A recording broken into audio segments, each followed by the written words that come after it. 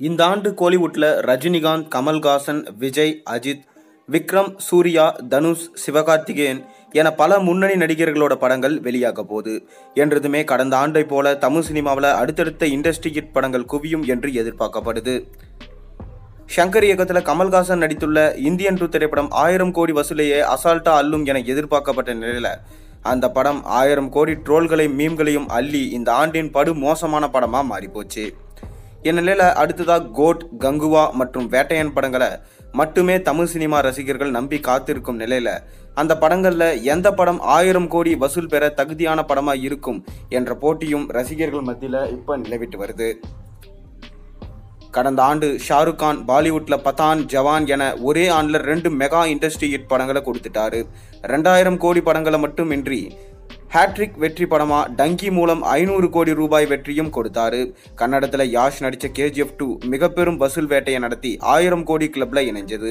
தெலுங்குல இந்த ஆண்டு பிரபாஸ் நடிப்புல வெளியான கல்கி 2898 AD திரைப்படம் 1100 கோடி வசூல ஈட்டி மிக பெரும் சாதனையை படைத்தது.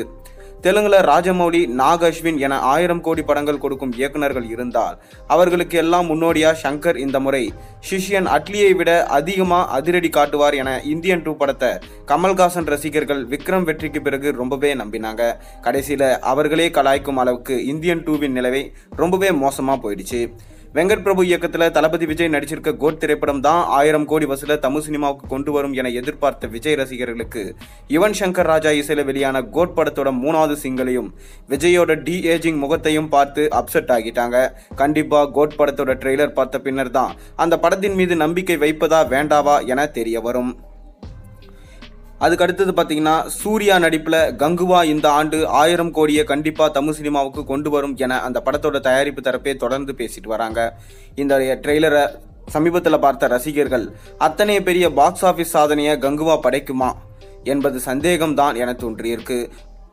ஜெய்பீம் படத்தை இயக்கிய ஞானவேல் இயக்கத்தில் ரஜினிகாந்த், அமிதாப் பச்சன், ஃபகத் ஃபாசில், ராணா டகுபதி, மஞ்சு வாரியர், துஷாரா விஜயன், ரித்திகா சிங் நடித்திருக்க வேட்டையன் திரைப்படம் 1000 கோடி வசூல செய்யுமா என்றால் இந்த படம் நிச்சயம் ஜெயிலர் படத்தை போல மாசா இருக்குமா என்பது சந்தேகம்தான் ஒரு பக்கம் சொல்லப்பட்டு வந்தாலும் கிளாஸான கதையம்சம் கொண்ட படமா வரும் என எதிர்பார்க்கப்படுது. பாக்ஸ் ஆபீஸ்ல ரஜினிகாந்த் கண்டிப்பா மேஜிக் செய்ய போகிறார் என்பதை வெயிட் பண்ணி தான் அனைவரும் பார்க்க வேண்டும்.